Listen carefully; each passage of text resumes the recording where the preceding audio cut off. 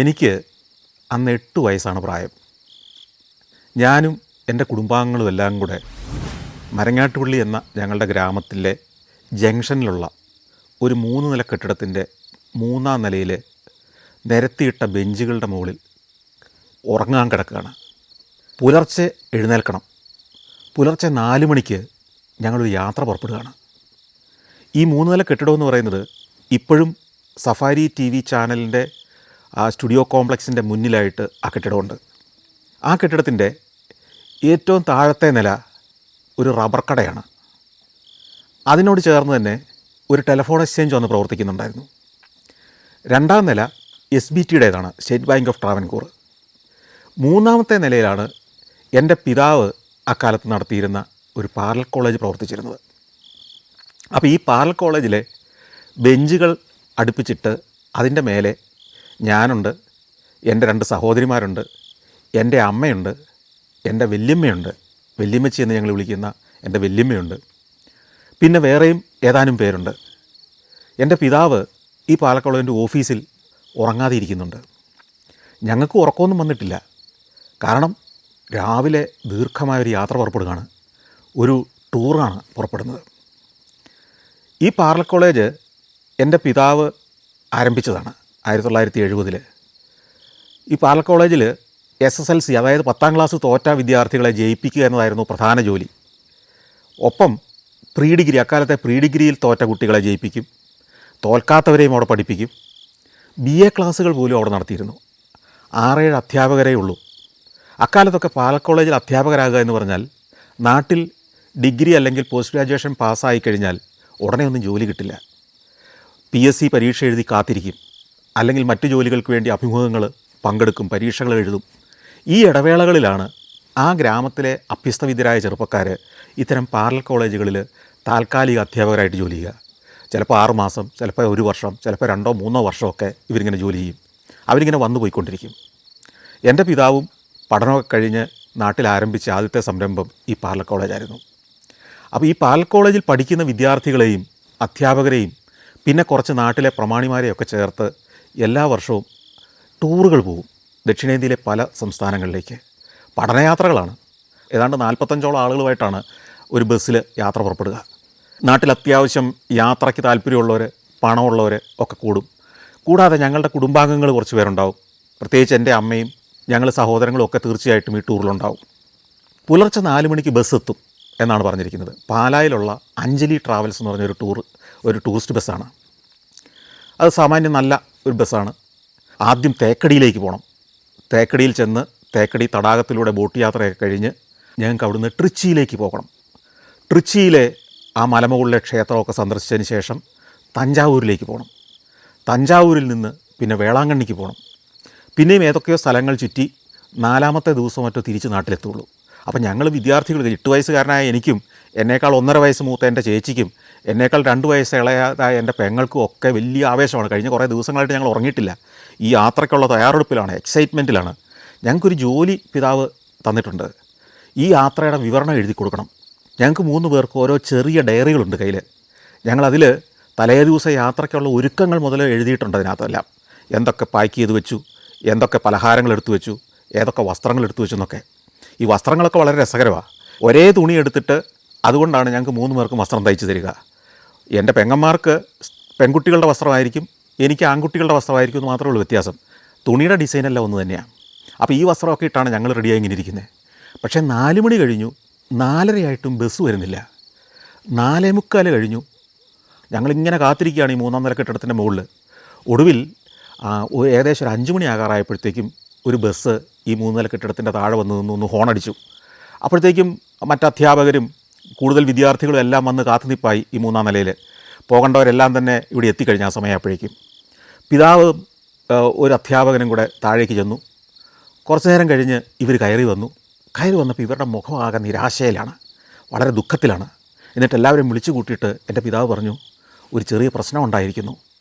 നമ്മൾ പോകേണ്ട tourist bus ഒരു അപകടത്തിൽപ്പെട്ടു. അതിൻ്റെ ചില്ലെല്ലാം പൊട്ടിപ്പോയി. ഇനി ആ ചില്ല് ആലുവയിലോ മറ്റോ പോയി മാറി. കാരണം അന്നത്തെ ടൂറിസ്റ്റ് ബസ്സുകളുടെ ഫ്രണ്ടിലെ ചില്ല് വലിയ ചില്ലുകളൊക്കെ ആയിട്ടുള്ള അക്കാലത്തെ ഒരു മോഡേൺ ബസ്സാണത്. അപ്പോൾ ആ ചില്ലൊന്നും ഇവിടെയെങ്കിലും കിട്ടില്ല. അത് ആലുവയിൽ പോയി ആ ചില്ല് മാറിക്കൊണ്ട് വന്നെങ്കിലേ നമുക്ക് യാത്ര തുടരാൻ പറ്റുള്ളൂ. അതിന് പകരമായിട്ട് അവരുടെ തന്നെ ഒരു ലൈൻ ബസ് അയച്ചിട്ടുണ്ട്. റൂട്ടിൽ സർവീസ് നടത്തുന്ന ഒരു ബസ്. അതൊരു പഴഞ്ചൻ ബസ്സാണ്. നമ്മൾ തൽക്കാലം ആ ബസ്സിൽ യാത്ര പുറപ്പെടണം.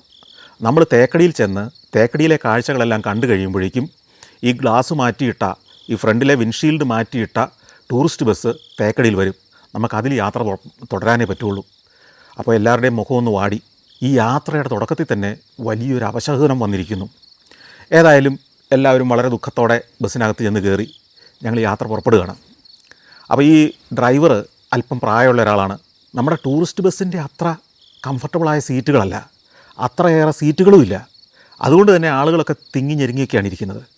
എനിക്കും എൻ്റെ സഹോദരിമാർക്കും അതുകൊണ്ട് തന്നെ സീറ്റ് കിട്ടിയത് ഈ ഡ്രൈവറുടെ നേരെ എതിർവശത്ത് തിരിച്ചിട്ടിരിക്കുന്ന ഒരു പെട്ടിയുണ്ട്. ബാറ്ററി പെട്ടിയോ മറ്റോ ആണെന്ന് തോന്നുന്നു. ഏറ്റവും ഫ്രണ്ടിലാണ്. അതിൽ ഇരുന്നോളാൻ പറഞ്ഞു ഞങ്ങളോട്. ഞങ്ങൾ മാത്രമല്ല, ആ കൂടെ ഉണ്ടായിരുന്ന ഏറ്റവും പ്രായം കുറഞ്ഞ സ്റ്റുഡൻസ്, എൻ്റെ പിതാവിൻ്റെ സ്റ്റുഡൻസും ഒക്കെ അവിടെ വന്നിരുന്നു. അങ്ങനെ ഞങ്ങൾ യാത്ര പുറപ്പെടുകയാണ്. നേരം അപ്പോൾ പരപരാ വെളുത്ത് വരുന്നുണ്ട്. ഈ ബസ് ഞരങ്ങി മൂളിയാണ് ഓടുന്നത്.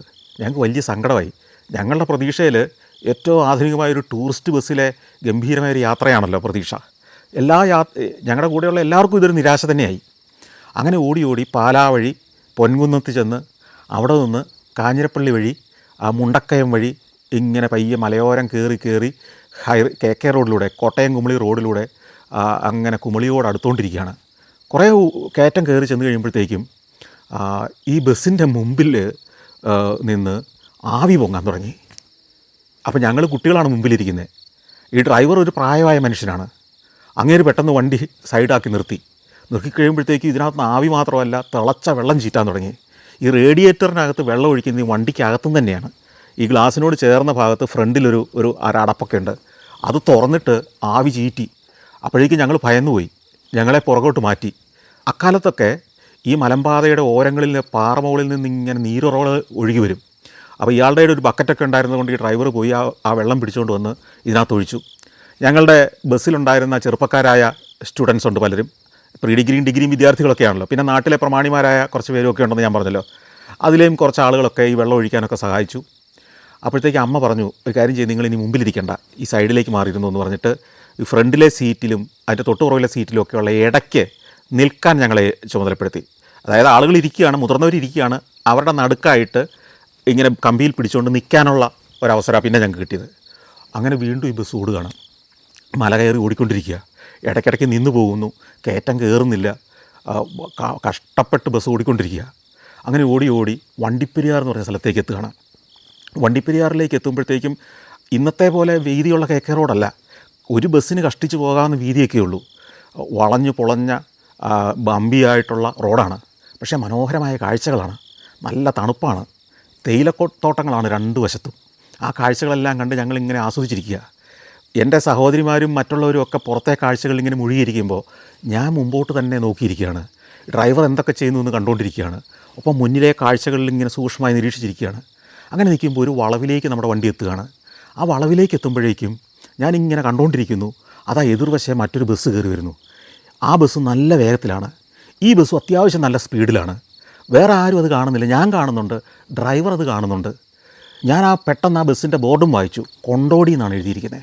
ആ ബസ് നേരെ കയറി വരികയാണ്. നേരെ കയറി വന്ന് ഈ ബസ്സുമായിട്ട് അടുത്ത നിമിഷത്തിൽ ഒറ്റ ഇടി കൂട്ടിയിടിച്ചു കഴിഞ്ഞു. ഇത് കണ്ടുകൊണ്ടിരിക്കുകയാണ് ഞാൻ ബലമായിട്ട് മുമ്പിലെ സീറ്റിൻ്റെ കമ്പിയിൽ മുറുകെ പിടിച്ചങ്ങനെ നിൽക്കുകയാണ്. ആ ഇടിയിൽ മുൻഭാഗം ആകെ തകർന്നുപോയി. ഈ ബസ്സിനകത്തുനിന്ന് ആകെ നിലവിളി ഉയർന്നു. ഞാൻ തിരിഞ്ഞു നോക്കുകയാണ്. പലരുടെയും മുഖം പൊട്ടിയിരിക്കുന്നു. ചിലരുടെ വായിൽ പല്ലുകളില്ല. ചിലരുടെ നെറ്റി പൊട്ടി ഒഴുകുന്നു, ചോര ഒഴുകുന്നു. മറ്റു ചിലരുടെ കൈ താങ്ങി പിടിച്ചുകൊണ്ട് എൻ്റെ കൈ ഒടിഞ്ഞെന്ന് കരഞ്ഞുകൊണ്ട് ഇറങ്ങുന്നു. എല്ലാവർക്കും എന്തെങ്കിലുമൊക്കെ പരിക്ക് പറ്റിയിരിക്കുന്നു. എല്ലാവരും ബസ്സിൽ നിന്ന് പെട്ടെന്ന് പുറത്തേക്ക് ഇറങ്ങി. അവിടെ ഈ വളവിനടുത്ത് തന്നെ ഒരു വലിയൊരു പാറക്കെട്ടാണ്. ഈ പാറക്കെട്ടിൻ്റെ സമീപത്ത് റോഡ് പണിക്കോ മറ്റോ വേണ്ടി പാറ പൊട്ടിച്ച വലിയൊരു ക്വാറിയുണ്ട്. അതുകൊണ്ട് ഉള്ളിലേക്ക് കുറച്ച് സ്ഥലമുണ്ട്. ഈ പാറ പൊട്ടിച്ചെടുത്തിരിക്കുന്ന ഭാഗത്ത് റോഡിന് ഇത്തിരി വീതി കൂടുതലുണ്ട്. ഞങ്ങളെല്ലാവരും പുറത്തേക്ക് ഇറങ്ങി. ഈ പരിക്ക് പറ്റിയവരെല്ലാം ഈ ബസ്സിൽ നിന്ന് പുറത്തേക്ക് ഇറക്കി കടത്തി. ചിലർ ഇരിക്കുന്നു, ചിലർ കിടക്കുന്നു. കയ്യിലുണ്ടായിരുന്ന തുവാല കൊണ്ടും തോർത്തുകൊണ്ടും ഒക്കെ മുറിവുകൾ മുറുക്കി കെട്ടുന്നു. അപ്പോഴൊന്നും ആൾ കൂടുന്നില്ല. ഈ വന്ന് ഇടിച്ച ബസ്സിലും കുറച്ച് പേർക്കൊക്കെ പരിക്ക് പറ്റി. പക്ഷേ വളരെ കുറച്ച് ആളുകളെ ആ ബസ്സിലുണ്ടായിരുന്നുള്ളൂ. അവരുടെ യാത്രക്കാരും ഡ്രൈവറും ഒക്കെ ഇറങ്ങി വന്നു. എങ്ങനെ ഇനി ആശുപത്രി കൊണ്ടുപോയി ഇവരെ?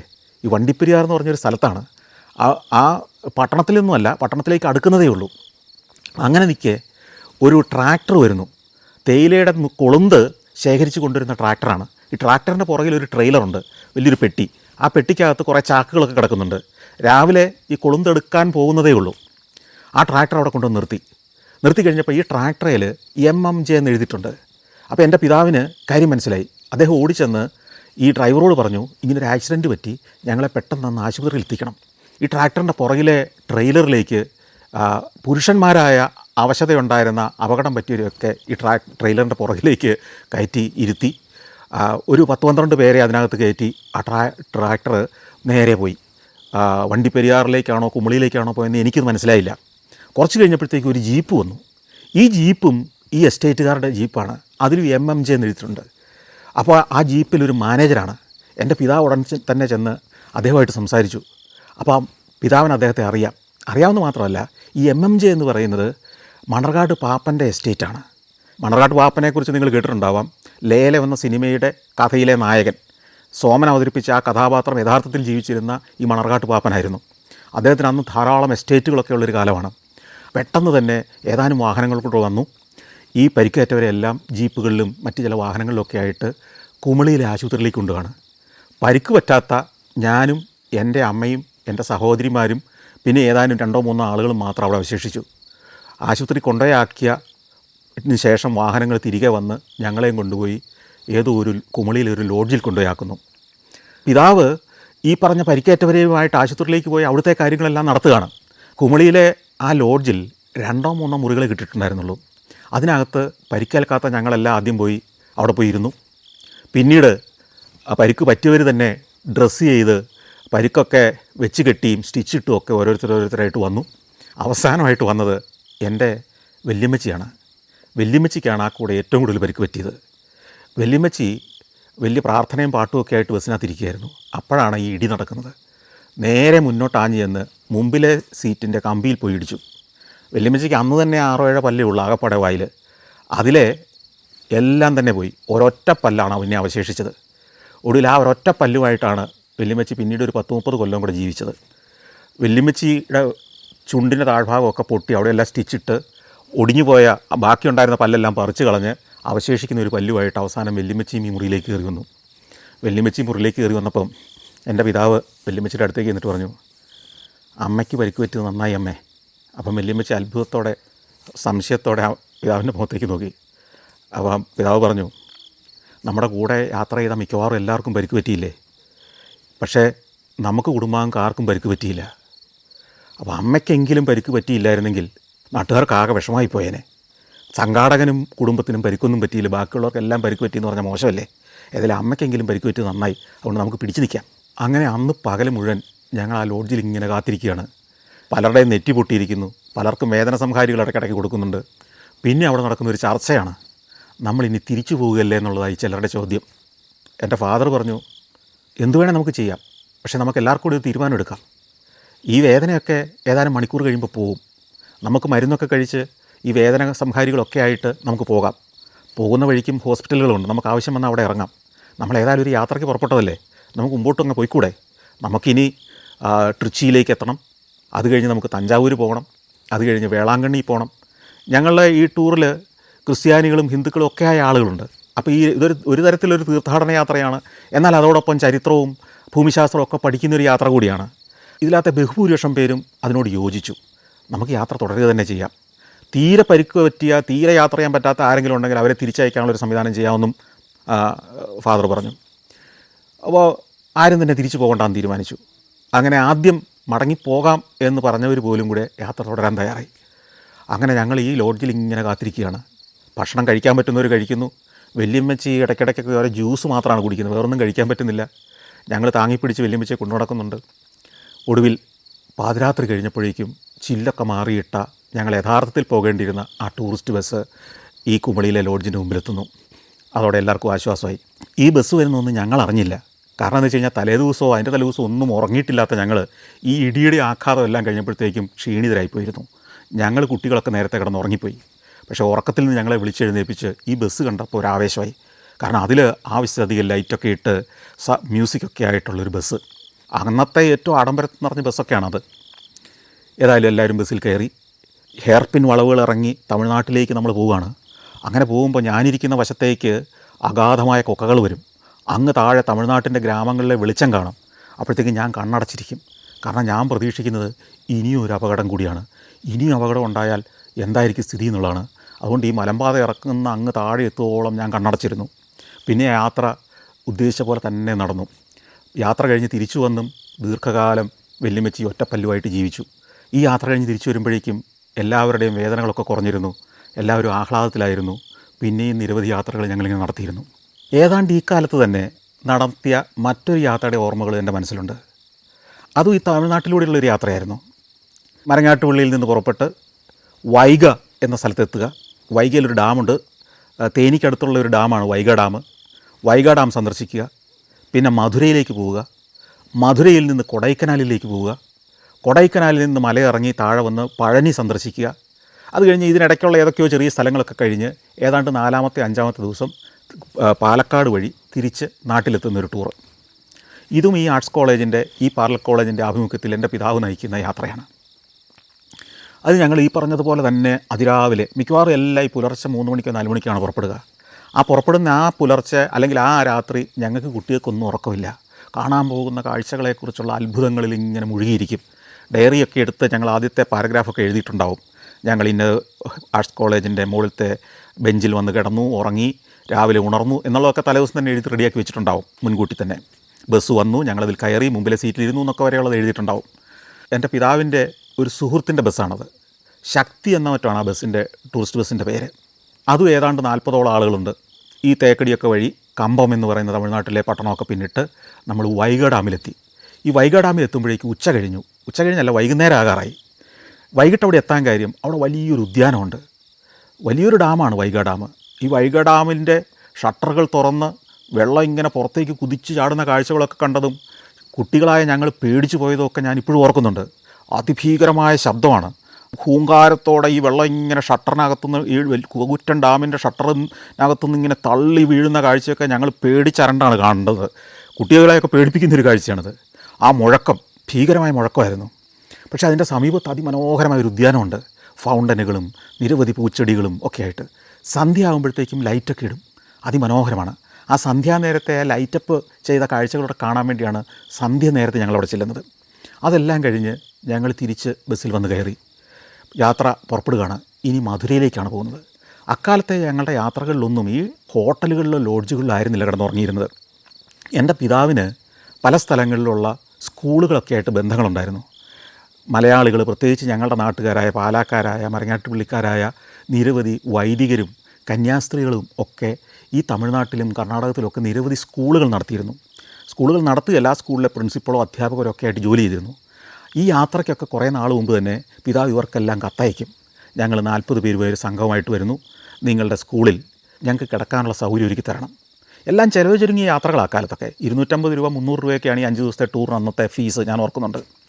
മധുരയ്ക്ക് സമീപത്തുള്ള ഏതോ ഒരു ഗ്രാമത്തിലെ ഒരു സ്കൂളിലാണ് അന്ന് രാത്രി ഞങ്ങൾക്ക് ഉറങ്ങേണ്ടത്. അപ്പോൾ ഇനി അങ്ങോട്ടാണ് പോകേണ്ടത്. അത്താഴം കഴിച്ച് കിടന്നുറങ്ങുക. ഞങ്ങൾ ബസ്സിൽ കയറി, ബസ് സ്റ്റാർട്ട് ചെയ്തു. ഈ ബസ്സിൻ്റെ ഗിയർ മാറാൻ പറ്റുന്നില്ല, എന്തോ പ്രശ്നം. പല ശ്രമങ്ങൾ നടത്തി. എന്തായിട്ട് ഈ ബസ് മുമ്പോട്ടെടുക്കാൻ പറ്റുന്നില്ല. ആകെ പ്രതിസന്ധിയിലായി. നേരെ നന്നേ ഇരുട്ടി വരുന്നു. ലൈറ്റ് ആൻഡ് സൗണ്ട് ഷോയൊക്കെ കഴിഞ്ഞു. അവിടെ എല്ലാം ഇരുട്ടായി, ലൈറ്റെല്ലാം ഓഫ് ചെയ്തു. ഡാമിലെ ജീവനക്കാരെല്ലാം പോയി.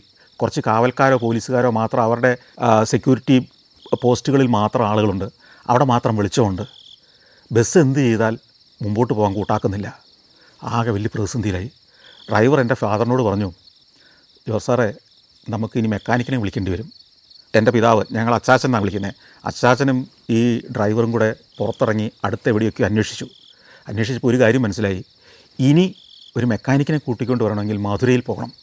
മധുരയിലേക്ക് ഏതാണ്ട് 100 കിലോമീറ്ററിലേറെ യാത്ര ചെയ്യാനുണ്ട്. ഇന്ന് രാത്രി പോയി ഇനി ഒരു മെക്കാനിക്കിനെ കിട്ടുമെന്നറിയില്ല. അപ്പോൾ ഈ വൈഗ ഡാമിൻ്റെ സമീപത്ത് ആ ഉദ്യാനത്തിനും ഒരു വശത്ത് വനം പോലെ കിടക്കുന്ന ഭാഗത്തിനും ഇടയ്ക്കാണ് ഒരു വഴിയരികിലാണ് ഈ ബസ് കിടക്കുന്നത്. പബ്ലിക് റോഡല്ല, ഇത്തിരി ഉള്ളിലേക്ക് കയറി, ഹൈവേയിൽ നിന്ന് വളരെ ഉള്ളിലേക്ക് കയറിയിട്ടുള്ളൊരു ഭാഗമാണ് ഇവിടെ. വിജനമായ സ്ഥലം, ഒരു മനുഷ്യരും ഇല്ലാത്ത സ്ഥലം. രാത്രി ഈ ഡാമിലെ ലൈറ്റെല്ലാം ഓഫായി കഴിഞ്ഞാൽ നമ്മളൊരു വനത്തിൽ കിടക്കുന്ന പോലെയാണ്. ഈ ഭീകരമായ വെള്ളം ചാടുന്ന ഒരു ശബ്ദം മാത്രം ഫുൾ ടൈം 24 മണിക്കൂർ മുഴങ്ങിക്കൊണ്ടിരിക്കുക. ഞങ്ങൾ കുട്ടികളെ ഭീതിപ്പെടുത്തുന്നൊരു ശബ്ദമാണ്. ഇനി രാത്രി എങ്ങനെ ഇവിടെ കിടക്കും? ആകെ ആശങ്കയായി. ഒടുവിൽ പിതാവും ഡ്രൈവറും കൂടെ പുറത്തേക്ക് പോയി. അവരെങ്ങനെയാണ് പോയതെന്ന് എനിക്കറിയില്ല, ഞാൻ കണ്ടില്ല. ഏതായാലും അവർ മെക്കാനിക്കിനെ അന്വേഷിച്ച് പോയതായിരിക്കണം. ഞങ്ങളുടെ പാർലർ കോളേജിലെ മുതിർന്ന ചില അധ്യാപകർ എല്ലാവർക്കും ഭക്ഷണം കൊടുക്കാനുള്ള ചില ശ്രമങ്ങൾ ആരംഭിച്ചു. അവരൊന്ന് പുറത്തേക്ക് പോയി അവിടെ ഉണ്ടായിരുന്ന ചില പെട്ടിക്കടകളിൽ നിന്നും തട്ടുകടകളിൽ നിന്നും ഒക്കെ പഴക്കൊലകളും ബ്രെഡുകളും ബണ്ണുകളും കുറച്ച് സോഡയും വെള്ളവും എല്ലാം വാങ്ങിക്കൊണ്ടുവന്ന് എല്ലാവർക്കും വിതരണം ചെയ്തു. അപ്പോഴേക്ക് ഈ ബസ്സിനകത്ത് വേറെ ചില പ്രശ്നങ്ങളൊക്കെ രൂപം കൊണ്ട് തുടങ്ങി. അതൊക്കെ എനിക്കും കേൾക്കാം. അതായത് ജോർജ് സാർ ഒരു പഴഞ്ചടാക്ക് ബസ്സും വിളിച്ച് പോന്നിരിക്കുന്നു, ഇത് വലിയ ചതിവായിപ്പോയി, നമ്മൾ മര്യാദയ്ക്ക് വീട്ടിൽ കിടന്നുറങ്ങേണ്ടതാണ് എന്നൊക്കെ പറഞ്ഞ് ചില കശപിശകൾ അവിടെ ഇവിടെയൊക്കെ തുടങ്ങിയിരിക്കുന്നു. കുറേ നേരം കഴിഞ്ഞിട്ട് ഈ ഡ്രൈവറെയും അച്ഛനെയും കാണുന്നില്ല. മണിക്കൂറുകൾ കടന്നുപോയി. പലരും ബസ്സിനകത്ത് കിടന്നുറങ്ങാൻ തുടങ്ങി. ബസ്സിനകത്ത് കിടന്നുറങ്ങാനുള്ള സൗകര്യമില്ല, ഇരുന്നുറങ്ങുക. ബാക്കി കുറേ ആണുങ്ങളൊക്കെ ചിലർ ബസ്സിനടിയിൽ ബെഡ്ഷീറ്റ് വിരിച്ച് കിടന്നും റോഡിൽ ബസ്സിൻ്റെ അടിയിലായിട്ട് കിടന്നു. വേറെ ചിലർ ബസ്സിൻ്റെ മുകളിൽ കയറി കിടന്നു. മറ്റു ചിലർ ഈ പാർക്കിലേക്ക് ഇറങ്ങി. അവരുടെ കയ്യിലുണ്ടായിരുന്ന ടോർച്ച് തെളിച്ച് ഈ പാർക്കിലേക്ക് ഇറങ്ങി. ഈ വൈഗ ഡാമിൻ്റെ ആ പാർക്കിലെ ചില സിമെൻറ്റ് ബെഞ്ചുകളിൽ അവർ സ്ഥാനം പിടിച്ചു. ഈ ഡാമിൽ നിന്ന് വെള്ളം ചീറ്റുന്നതിൻ്റെ അലർച്ചയാണ് കേൾക്കുന്നത്. എനിക്ക് ഉറങ്ങാൻ പറ്റുന്നില്ല, പക്ഷേ പലരും കൂർക്കം വലിച്ച് ഉറങ്ങുന്നുണ്ട്.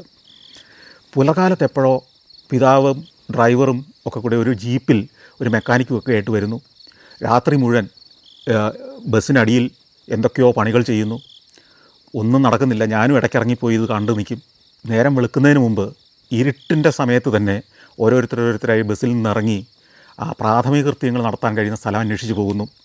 അവിടെ ഏതോ ഒരു ടോയ്ലറ്റോ ഒരു ടാപ്പോ ഒക്കെ ഉള്ളതിനെ ഉപയോഗിച്ച് എല്ലാവരും നേരം വെളുക്കുന്നതിന് മുമ്പ് എന്തൊക്കെയോ രീതിയിലൊക്കെ കാര്യങ്ങളൊക്കെ സാധിച്ച് ബസ്സിലെത്തി കഴിയുന്നു. അപ്പോഴും ഒരു കാര്യം മനസ്സിലായി, ഈ ബസ് ഉടനെയൊന്നും യാത്ര പുറപ്പെടില്ല. മിഥുന എന്ന സിനിമയിലെ ചില സീനുകൾ പോലെ തന്നെയാണത്. ഒടുവിൽ എന്തെങ്കിലും ഒരു തീരുമാനം എടുക്കണം. അപ്പോൾ ഈ മെക്കാനിക്ക് പറഞ്ഞു, ഇതിൻ്റെ ഏതാണ്ട് പ്രധാനപ്പെട്ട 2-3 ഭാഗങ്ങൾ ഗിയർ ബോക്സിലെയോ മറ്റോ നഷ്ടപ്പെട്ടിരിക്കുന്നു, അടർന്നു പോയിരിക്കുന്നു. അത് മധുരയിൽ പോയി വാങ്ങിക്കൊണ്ട് വരണം. മധുരയിൽ ചെന്നാൽ കിട്ടും. മധുര ഓട്ടോമൊബൈലിൻ്റെ ഒരു പ്രധാന കേന്ദ്രമാണല്ലോ. പക്ഷേ മധുരയിൽ നിന്ന് അത് കൊണ്ടുവന്ന് റീപ്ലേസ് ചെയ്താൽ മാത്രമേ ഓടാൻ പറ്റുള്ളൂ. അതായത് രാവിലെ ഒരു 10 മണി കഴിഞ്ഞിട്ടേ ആ സാധനം വാങ്ങിക്കൊണ്ട് വരാൻ പറ്റുള്ളൂ. ഒരു 11 മണിയാകുമ്പോൾ കൊണ്ടുവരാൻ ഒരു 2 മണിക്കൂർ എടുക്കണം അത് മാറാൻ. ആ ഒരു ഉച്ച കഴിഞ്ഞാൽ ചിലപ്പോൾ വൈകിട്ടാകുമ്പോഴത്തേക്കും പണിയൊക്കെ തീർത്ത് നമുക്ക് ബസ് ഓടാം. പക്ഷേ അന്ന് പകൽ മുഴുവൻ ഈ ബസ്സിൽ ആളുകൾക്ക് ഇങ്ങനെ കിടക്കാൻ കഴിയില്ലല്ലോ. എന്തു ചെയ്യും? ഒടുവിലൊരു തീരുമാനത്തിലെത്തി. ഈ മെക്കാനിക്കും ഒക്കെ സഹായിച്ചു. ഇവിടുന്ന് വൈഗയിൽ നിന്ന് മധുരയ്ക്ക് പോകുന്ന ലൈൻ ബസ്സുകളുണ്ട്. അതിലൊരു ലൈൻ ബസ്സുകാരനെ ഈ മെക്കാനിക്കിന് പരിചയമുണ്ടായിരുന്നു. അയാളുടെ ബന്ധത്തിൽ ആ ലൈൻ ബസ്സുകാരനെ വിളിച്ചു വരുത്തി. ഇന്ന് മുഴുവൻ അയാളുടെ ബസ് നമ്മളിങ്ങ് വാടകയ്ക്ക് എടുക്കാൻ തീരുമാനിച്ചു. അയാൾക്കിന്ന് ലൈൻ ബസ്സായിട്ട് ഓടാൻ പറ്റില്ല. അങ്ങനെ ആ ബസ്സിൽ ഞങ്ങളെല്ലാം കയറ്റി. എന്നിട്ട് സീനിയറായ മാത്യു സാർ എന്ന് പറയുന്ന ഒരു അധ്യാപകനുണ്ട്. അദ്ദേഹത്തിൻ്റെ നേതൃത്വത്തിൽ ഞങ്ങളെ മധുര മീനാക്ഷി ക്ഷേത്രം കാണിക്കാൻ കൊണ്ടുപോവാണ്. അങ്ങനെ ഈ ബസ്സിൽ ഞങ്ങൾ മധുര മീനാക്ഷി ക്ഷേത്രം കാണുന്നു. അതിനുശേഷം തിരുമല നായ്ക്കരുടെ കൊട്ടാരം കാണുന്നു. ഇടയ്ക്ക് ഇവിടുന്ന് ചെറിയ ഭക്ഷണമൊക്കെ കഴിക്കുന്നു. ചില ഷോപ്പിംഗ് കേന്ദ്രങ്ങളിലൂടെയൊക്കെ പോകുന്നു. അങ്ങനെ ഈ തമിഴ്നാട്ടിൽ നിന്ന് ഈ വൈഗയിൽ നിന്ന് പിടിച്ച ഈ ലൈൻ ബസ്സിലാണ് പിന്നെ അന്നത്തെ കാഴ്ചകൾ കാണാനുള്ള യാത്ര മുഴുവൻ. അതിനിടയ്ക്ക് ഈ അമ്പലത്തിൻ്റെ മുറ്റത്ത് നിരവധി കളിപ്പാട്ടങ്ങളും പാവകളും ഒക്കെ നിരത്തി വെച്ചിട്ടുണ്ട്. ഞാനന്ന് 2-ലോ 3-ലോ പഠിക്കുന്ന പ്രായമാണ്. അപ്പോൾ എനിക്കിതിനകത്ത് ഒരു തത്ത ഭയങ്കരമായിട്ട് ഇഷ്ടപ്പെട്ടു. ഒരു പച്ച തത്ത, അടിയിൽ ചക്രങ്ങളുള്ളൊരു തത്ത. അന്നത്തെ ആളുകൾക്ക് എൻ്റെ ഈ പ്രായത്തിലുള്ളവർക്കൊക്കെ അന്ന് കിട്ടാവുന്ന ഏറ്റവും നല്ല കളിപ്പാട്ടങ്ങളിലൊന്ന് അത്തരം തത്തകളായിരുന്നു. എനിക്കത് വേണമെന്ന് വലിയ ആഗ്രഹം. പക്ഷേ എനിക്കറിയാം നമ്മുടെ കുടുംബം വലിയ പ്രതിസന്ധിയിലാണ്. പിതാവ് കൂടെ ഇല്ല. മെക്കാനിക്കിനൊപ്പം സാധനങ്ങൾ വാങ്ങാൻ പോയിരിക്കുകയാണ്. അമ്മ മാത്രമേ കൂടെയുള്ളൂ. അമ്മയുടെ കയ്യിൽ അധികം പൈസ ഉണ്ടോ എന്ന് എനിക്കറിയില്ല. പക്ഷേ എനിക്കിത് കിട്ടിയേ പറ്റൂ. എനിക്കിത് വേണമെന്ന് പറയാനുള്ള ധൈര്യമില്ല. ഞാൻ പെട്ടെന്ന് അങ്ങ് കരഞ്ഞു തുടങ്ങി. അമ്മ ചോദിച്ചു, നിനക്ക് എന്ത് പറ്റി? ഞാൻ പറഞ്ഞു, വയറ്റ് വേദനയാണ്. എന്താ പെട്ടെന്ന് വയറ്റ് വേദന വരാൻ കാര്യം? നിനക്ക് ടോയ്ലറ്റിൽ വല്ലതും പോകണോ? വേണ്ട. എവിടെയാണ് വയറ്റ് വേദന? ഞാൻ സ്ഥലമൊക്കെ കാണിച്ചു കൊടുത്തു. ഒടുവിൽ കുറച്ച് കഴിഞ്ഞപ്പോൾ അമ്മയ്ക്ക് എൻ്റെ സ്വഭാവം അറിയാവുന്നതുകൊണ്ട് ചോദിച്ചു, നിനക്ക് എന്തെങ്കിലും പാവയോ മറ്റോ വേണോ? അപ്പം ഞാൻ മിണ്ടാതായി. അപ്പം ചോദിച്ചു, ഏത് പാവയാണ് വേണ്ടേ? അപ്പം ഞാൻ ആ ചക്രമുള്ള തത്തയെ ചൂണ്ടിക്കാണിച്ചു, ആ പച്ചത്തത്ത. അമ്മ അത് മേടിച്ച് തന്നു. അതോടെ എൻ്റെ വയറ്റ് വേദന പെട്ടെന്ന് അപ്രത്യക്ഷമായി. പിന്നെ ഞാൻ ആ തത്തയുമായിട്ടാണ് തിരിച്ച് ഈ ലൈൻ ബസ്സിൽ ഈ വൈഗ ഡാമിൻ്റെ സമീപത്ത് ഞങ്ങളുടെ ബസ് കാത്തു കിടക്കുന്നിടത്തേക്ക് വരുന്നത്. അപ്പോഴും ഈ പണികൾ കഴിഞ്ഞിട്ടുണ്ടായിരുന്നില്ല. ഒരു 5:30-6 മണിയായപ്പോഴേക്കും ഈ ബസ്സിൻ്റെ റിപ്പയർ ജോലിയൊക്കെ പൂർത്തിയായി. ഞങ്ങൾ ആ ബസ്സിൽ കയറി യാത്ര തുടർന്നു. അവിടുന്ന് ഞങ്ങൾ നേരെ പോയത് കൊടൈക്കനാലിലേക്കാണ്. കൊടൈക്കനാലിൽ നിന്ന് പിന്നെ പളനിയിലേക്ക്, പിന്നെ പലവിധ കാഴ്ചകളിലേക്കൊക്കെ പോയി. തിരിച്ചു വരുമ്പോഴും കുറേ നാളത്തേക്ക് എൻ്റെ കയ്യിൽ ആ പച്ച തത്തയുണ്ടായിരുന്നു. എൻ്റെ ബാല്യകാലത്തെ മറ്റൊരു യാത്ര മൈസൂർ, ബാംഗ്ലൂർ, മദ്രാസ് യാത്രയായിരുന്നു. ഒരു പുലർച്ചെ ഞങ്ങൾ യാത്ര പുറപ്പെട്ടു. നേരെ കോഴിക്കോട്ടേക്ക് പോകുന്നു. കോഴിക്കോട്ട് നിന്ന് വയനാട് ചുരം കയറി, താമരശ്ശേരി ചുരം കയറി വയനാട് ചുരത്തിൻ്റെ മുകളിലേക്ക് എത്തുമ്പോഴേക്കും ആ വഴി കാണിച്ചു കൊടുത്ത ആദിവാസി മൂപ്പൻ്റെ പ്രേതത്തെ ചങ്ങലക്കിട്ട ആ മരമൊക്കെ ഞങ്ങൾ കാണുന്നു. അവിടെ ഇറങ്ങി നിന്ന് ആ പടമൊക്കെ എടുക്കുന്നു. ഇതൊക്കെ ഓർമ്മയിലുണ്ട്. അത് കഴിഞ്ഞ് വയനാട്ടിലൂടെയുള്ള ദീർഘമായ യാത്ര. അങ്ങനെ ഓടി ബന്ദിപ്പൂർ വനത്തിലേക്ക് എത്തുകയാണ്. ഈ ബന്ദിപ്പൂർ വനത്തിലെത്തുമ്പോൾ ബസ് നിർത്തുന്നത് ഈ വനത്തിൽ നിറയെ നെല്ലിമരങ്ങളുണ്ട്. ഈ നെല്ലിമരങ്ങൾ നിറയെ കായ്ച്ചു നിൽക്കുകയാണ്. ബസ് സൈഡിൽ കൊണ്ടുപോയി നിർത്തിയിട്ട് ഞങ്ങളുടെ സംഘത്തിലുള്ള ചെറുപ്പക്കാരായ കോളേജ് വിദ്യാർത്ഥികളും അല്ലാത്ത ആളുകളും ഒക്കെ ബസ്സിൻ്റെ മുകളിൽ കയറി നിന്നിട്ട് ഈ നെല്ലിക്ക പറിച്ചുകൊണ്ടിരിക്കുകയാണ്. അങ്ങനെ 2-3 സഞ്ചി നിറയെ നെല്ലിക്ക ഇവർ പറിച്ചെടുത്തു. കാരണം ഈ യാത്ര ചെയ്യുമ്പം ഞങ്ങൾക്ക് കഴിക്കാം. അങ്ങനെ നിൽക്കുമ്പോഴാണ് 2-3 ഫോറസ്റ്റ് ഓഫീസർമാർ വളവ് തിരിഞ്ഞ് ഈ പാതയിലൂടെ നടന്നു വരുന്നത് കാണുന്നത്. പെട്ടെന്ന് എല്ലാവരും ചാടി ബസ്സിനകത്തേക്ക് ഇറങ്ങി. വണ്ടി മുമ്പോട്ടെടുക്കുമ്പോഴേക്കും ഈ ഫോറസ്റ്റ് ഓഫീസർമാർ കൈ കാണിക്കുന്നു. വണ്ടി നിർത്തി. ഉടനെ അവർ ബസ്സിനകത്തേക്ക് കയറി വന്നു. ഞങ്ങളെ ഇവിടുന്ന് ഒരു 4 കിലോമീറ്റർ അകലെ ഞങ്ങൾ ഓഫീസിൽ കൊണ്ടുപോയാക്കണം. വലിയ പെട്ടെന്നൊരാശ്വാസമായി. അവരെ ഞങ്ങളുടെ ബസ്സിൽ കയറ്റി ഒന്ന് യാത്ര ചെയ്യിക്കണം, അവരുടെ ഓഫീസ് വരെ എത്തിക്കണം. അത്രേ ഉള്ളൂ കാര്യം. അവർക്ക് ഇരിക്കാനുള്ള സീറ്റൊക്കെ കൊടുത്തു. ഞങ്ങളുടെ സംഘാംഗങ്ങൾ ചക്കച്ചുള വറുത്തതും വാഴയ്ക്ക ഉപ്പേരിയും ശർക്കര വരട്ടിയും നിരവധി പലഹാരങ്ങളും ഒക്കെ ഇങ്ങനെ പാക്ക് ചെയ്ത് കൊണ്ടുവന്നിട്ടുണ്ടായിരുന്നു. അപ്പോൾ അതൊക്കെ ഇവർക്കും കൊടുത്തു. അവർ വലിയ ഹാപ്പിയായി. അവർക്ക് വേണ്ടി എൻ്റെ സഹോദരി ഒരു നല്ല പാട്ടൊക്കെ പാടി ഒടുവിൽ അവർക്ക് ഇറങ്ങേണ്ട സ്ഥലത്ത് ഇറക്കി വിട്ടു. അങ്ങനെ ഞങ്ങൾ വീണ്ടും യാത്ര ചെയ്യുകയാണ്. അങ്ങനെ യാത്ര ചെയ്ത് ഞങ്ങൾ മൈസൂരിലെത്തുന്നു. മൈസൂർ പാലസ് കാണുന്നു. പിന്നെ ശ്രീരംഗപട്ടണത്തിലേക്ക് പോകുന്നു. ടിപ്പു സുൽത്താൻ്റെ അവസാന നാളുകൾ, അവിടെ അദ്ദേഹത്തിൻ്റെ സ്മാരകങ്ങൾ ഇതെല്ലാം കാണുന്നു. ബാംഗ്ലൂർ എത്തുന്നു. ബാംഗ്ലൂർ അന്ന് നിർബന്ധമായിട്ട് ഞങ്ങൾ കണ്ടിരിക്കേണ്ട ഒരു സ്ഥലമുണ്ട്, വിശ്വേശ്വരയ്യ മ്യൂസിയം. ഈ വിശ്വേശ്വരയ്യ മ്യൂസിയത്തിലാണ് അക്കാലത്തെ ഏറ്റവും ആധുനികമായ ശാസ്ത്രത്തിൻ്റെ പരീക്ഷണങ്ങളൊക്കെ കുട്ടികൾക്ക് തന്നെ ചെയ്യാവുന്ന അല്ലെങ്കിൽ വിദ്യാർത്ഥികൾക്ക് ചെയ്യാവുന്ന മട്ടിൽ സജ്ജീകരിച്ചിരുന്നത്. രാത്രി ഞങ്ങൾ താമസിച്ചത് ബാംഗ്ലൂരെ ധർമാരാം കോളേജിലാണ്. പലർക്കും ഒന്നിച്ച് കിടക്കാവുന്ന ഡോർമിറ്ററി പോലത്തെ മുറികളാണ്. അതിൽ മുറിയിൽ പോയി വസ്ത്രമൊക്കെ മാറിക്കൊണ്ട് നിൽക്കുമ്പോൾ എൻ്റെ പിതാവ് വന്ന് ഞങ്ങളെ കുട്ടികളെ വിളിച്ചു, വാ ഒരു കാഴ്ച കാണിച്ചു തരാം. ഞങ്ങൾ അദ്ദേഹത്തിൻ്റെ കൂടെ ചെല്ലുന്നു. അപ്പോൾ അവിടെ ഒരു ഹോളിൻ്റെ ഒരു മൂലയ്ക്ക് ഒരു സ്ക്രീൻ, അതിൽ ചെറിയൊരു സ്ക്രീൻ, അതിൽ ഏതോ സിനിമ ബ്ലാക്ക് ആൻഡ് വൈറ്റിൽ പ്ലേ ചെയ്തുകൊണ്ടിരിക്കുന്നു. എന്നിട്ട് പിതാവ് എൻ്റെ അടുത്ത് പറഞ്ഞു, അതാണ് ടെലിവിഷൻ. ഞാൻ ജീവിതത്തിൽ ആദ്യമായിട്ട് കണ്ട ടെലിവിഷൻ അതായിരുന്നു. പിന്നീട് എത്രയോ കൊല്ലം ഞാൻ പ്രവർത്തിച്ച ഒരു മേഖല അതായി മാറി. എൻ്റെ ജീവിതത്തിൽ ആദ്യത്തെ TV ഷോ ഞാൻ കണ്ടത് ആ ഒരു ബ്ലാക്ക് ആൻഡ് വൈറ്റിൽ തെളിച്ചമില്ലാത്ത കണ്ട ആ ദൃശ്യങ്ങളായിരുന്നു. ഞങ്ങൾ പിന്നെ മദ്രാസിലേക്ക് പോവാണ്. മദ്രാസിലും ഈ പറഞ്ഞതുപോലെ തന്നെ ചെന്ന് ഏതോ ഒരു സ്കൂളിലാണ് താമസിക്കുന്നത്. പല ക്ലാസ്സുകളെ വേർതിരിച്ചിരുന്ന കർട്ടനുകൾ മാറ്റിക്കഴിഞ്ഞാൽ ഇതൊരു വലിയ ഹോളായി മാറും. ആ ഹോളിൽ നിരവധി ബെഞ്ചുകളും ഡെസ്കുകളും ഉണ്ട്. ചിലർ ഡെസ്കുകൾ കൂട്ടിയിട്ട് അതിന് മുകളിൽ കിടക്കുന്നു, ചിലർ ബെഞ്ചുകൾ കൂട്ടിയിട്ട് അതിന് മുകളിൽ കിടക്കുന്നു. കുറച്ച് കഴിഞ്ഞപ്പോഴത്തേക്കും കുറച്ച് ആളനക്കം കൂടുതലുണ്ടാകുന്നു. അപ്പോൾ മുതിർന്നവരേറ്റ് നോക്കുമ്പോൾ ഈ ഹോളിൻ്റെ മറ്റേ അറ്റത്ത് ഈ സ്കൂളുകാർ ആന്ധ്രാപ്രദേശിൽ നിന്ന് വന്ന മറ്റേതോ ഒരു സംഘത്തിന് താമസിക്കാൻ സൗകര്യം കൊടുത്തിരിക്കുകയാണ്. രാത്രിയുടെ ഏതോ അന്ത്യയാമത്തിൽ ഭയങ്കര ബഹളം കേട്ടാണ് ഞാൻ ഞെട്ടി ഉണരുന്നത്. ഞെട്ടി ഉണരുമ്പോൾ കാണുന്ന കാഴ്ച പൊരിഞ്ഞ് അടി നടക്കുകയാണ് ഈ ഹോളിൽ. സ്ത്രീകളെല്ലാം ഒരു മൂലയ്ക്ക് മാറിയിരിക്കുന്നു. പുരുഷന്മാർ അടി നടക്കുകയാണ്. ആന്ധ്രാപ്രദേശിൽ നിന്ന് വന്ന പുരുഷന്മാരും നമ്മുടെ സംഘത്തിലെ പുരുഷന്മാരുമായിട്ടുള്ള ഏറ്റുമുട്ടലാണ്. ഈ ആന്ധ്രാപ്രദേശിലെ പുരുഷന്മാർ രാത്രിയിൽ എപ്പോഴോ നമ്മളുടെ ഭാഗത്തേക്ക് കടന്നു വന്നു എന്നതിൻ്റെ പേരിൽ ഉണർന്നിരിക്കുകയോ ഞെട്ടി ഉണരുകയോ ചെയ്ത ഒരാൾ അടി തുടങ്ങിയതാണ്. പിന്നെ അത് അങ്ങോട്ടും ഇങ്ങോട്ടുള്ള അടിയായി, പൊരിഞ്ഞ അടിയായി.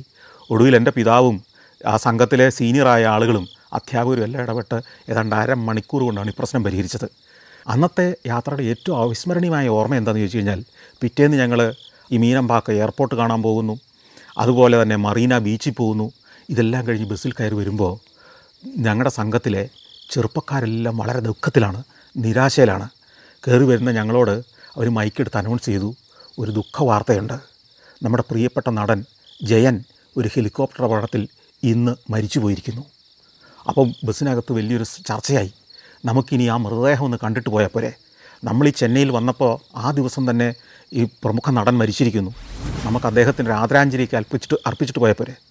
ഒടുവിൽ അതിനുള്ള ശ്രമങ്ങളൊക്കെ നടത്തി. ഏതായാലും നമുക്ക് കാണാൻ കഴിഞ്ഞില്ല. അങ്ങോട്ട് പോയപ്പോൾ പാട്ട് പാടുകയും ഡാൻസ് കളിച്ചവരെല്ലാം നിശബ്ദരായി. ദുഃഖം ഘനീഭവിച്ച ഒരു ബസ്സിലായിരുന്നു മദ്രാസിൽ നിന്നുള്ള ഞങ്ങളുടെ മടക്കയാത്ര.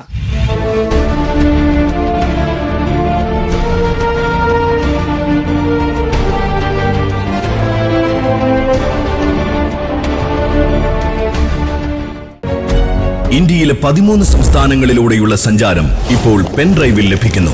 ചരിത്രവും ഐതിഹ്യങ്ങളും യഥാർത്ഥ ജീവിതവും ഒത്തുചേരുന്ന ഇന്ത്യൻ കാഴ്ചകളുടെ ഈ അസുലഭ ശേഖരം സ്വന്തമാക്കാൻ 9995 444 222 എന്ന നമ്പറിലേക്ക് ഇന്ത്യ എന്ന് SMS ചെയ്യൂ.